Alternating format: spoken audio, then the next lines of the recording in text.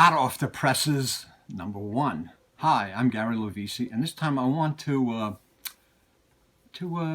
let you know about something that a really cool book that just came out.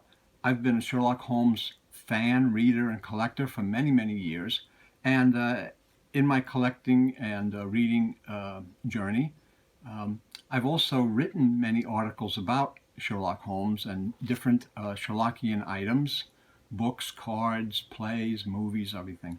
And also have written fiction, which many fiction stories, and one of them was nominated by the Mystery Writers of America a few years ago as the best short story in the fiction category. So my roots in the Sherlock Holmes area run wide and deep, and I really enjoy everything Sherlockiana, and that's to say, like my new book that just came out is a Sherlock Holmes notebook, and that's a collection of 22 of my articles that I've written over the years that go into all aspects of the Sherlock Holmes collecting items and area. You're going to find all kinds of interesting things that you never knew about, and some things that you might not have known about, and that's going to be like a refreshing and a kind of a trip down memory lane kind of thing to see some of these things again. The book is, like I said, the book is a Sherlock Holmes notebook, cornucopia of Sherlockania, and it's published by Stark House Press. Greg Shepard of Stark House did a terrific job, and he was like very helpful with allowing me to do this book. And it's as you can see, it's profusely illustrated with all kinds of book covers, photos, cards, just every kind of thing you can think of. And it goes into different studies of different kinds of stories and articles. For instance, did you know that the first hard-boiled detective was actually created by a Brit, by Arthur Conan Doyle, in his Bertie Edwards detective in the Valley of Fear. Years before Carol John Daly or Dashiell Hammett came on the scene.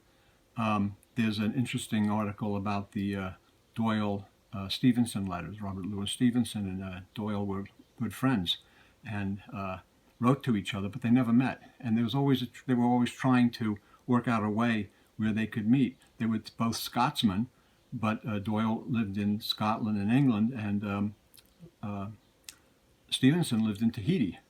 But Doyle went to San Francisco on his world tour, and he wanted to stop off in Tahiti, and they always wanted to meet. And you'll find out some interesting things about their letters of communication together amongst these two great writers.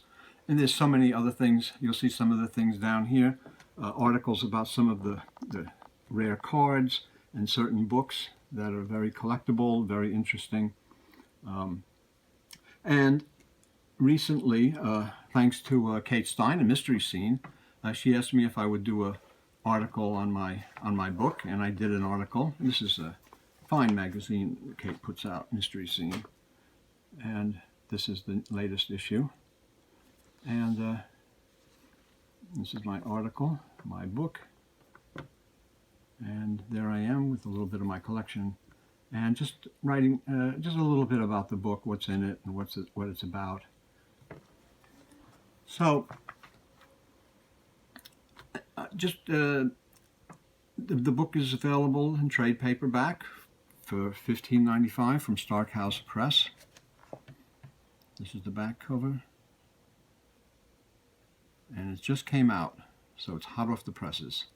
And also Mystery Scene with my article in it about the book is hot off the presses. There's two brand new items, and just a few other things that are in the book. I just want to just go over a little bit. These are the Sherlock Holmes, or not really Sherlock Holmes, they're the Doyle cards, set from Turf Cigarettes from 1923 in the UK, and they feature, and you can see on the back of them, these are cigarette cards that were in packs of cigarettes in the 20s, and they feature certain heroes in Conan Doyle's stories. And the funny thing is he didn't want it to be a Sherlock Holmes set of cards, which it almost is. So he wanted to be a Doyle of all his stories. So there's a couple of, this isn't a complete set, but there's a couple of other characters in, like Micah Clark and others of his characters in here. But mostly it's almost predominantly Sherlock Holmes. There's Holmes and Watson, there's Holmes in Disguise, there's Moriarty, there's Irene Adler. This is a really nice book. This is a British pocket book from 1950, very scarce. Hound of the Baskervilles. It's number B7. It's a pocket book, British pocket book. It was a small, short-run series that ran for a couple of years in the UK. This is a Tauchnitz, and this is from 1930. Memoirs of Sherlock Holmes. Tauchnitz was a publisher that published all their books were just text covers, with just similar to this, and they published books on the continent in Europe in English for basically people that were traveling to the continent, and they published a whole Sherlock Holmes set. They published thousands of books actually. Tauchnitz editions are very influential and popular. They were the innovators of paperback fiction in the 1800s. Albatross books copied Tauchnitz, and then Penguin books copied Albatross books, and then pocket books copied Penguin books in the United States. So there's that whole connection of paperback publishing started with Tauchnitz, and they published Sherlock Holmes books, quite a few Doyle, about 14 or so Doyle books, Sherlock Holmes and other Doyle books, and then many books by other famous authors. The Giant Rat of Sumatra by Richard L. Boyer. This is a paperback original. This came out in the 70s. It's one of the early pastiche novels, and it's reckoned by most Sherlockians as probably one of the best. It is an excellent read. Want to explain what a pastiche is to those of us who don't know? Well, a pastiche is, so what happens is that after Doyle was the original creator and author of the Sherlock Holmes stories, and other writers took up the mantle of his character and stories years later. After he passed away, after the copyright was ended, after a certain number of years, that books and characters fall out of copyright, and so anybody can write a Sherlock Holmes story today, like kind of like the Three Musketeers, or if you want to write a story about some famous character, Ulysses or Apollo or something. Those are the Odyssey and the Iliad by Homer. Okay, you could retell that story, or you could even just write the same story. Those are all out of copyright in those cases by thousands of years. So this was one of the first pastiches, and the thing is that it's just just terrific book. And I've written some pastiches too.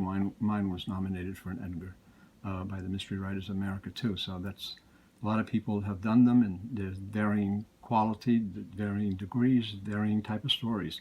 And this is one of the best. Really good. It's The 7% Solution, is that another one? 7% Solution by Nicholas Meyer, which was made into the hit movie.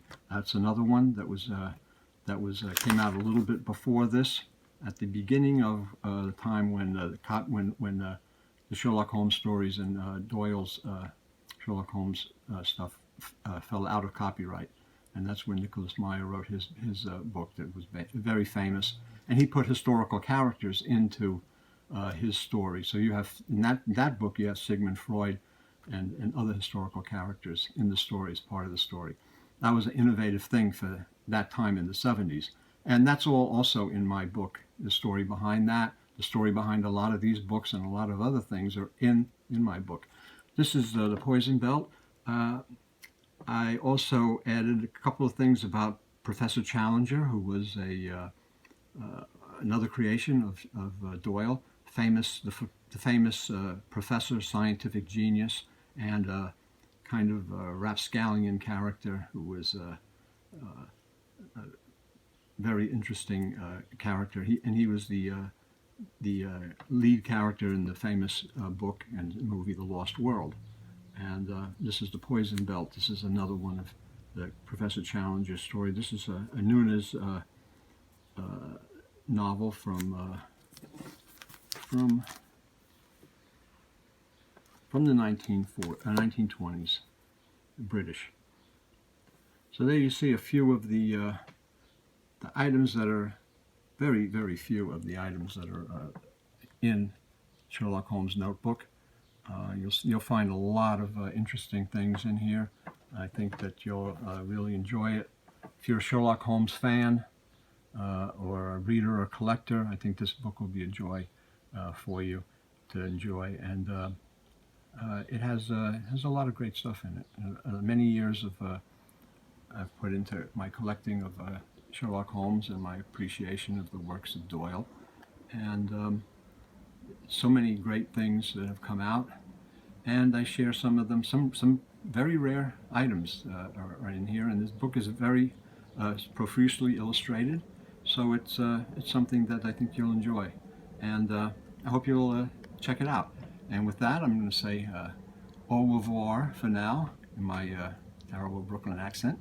And I hope you enjoy the book and enjoy this video. Give us a thumbs up and a like, and thank you for looking. See you next time.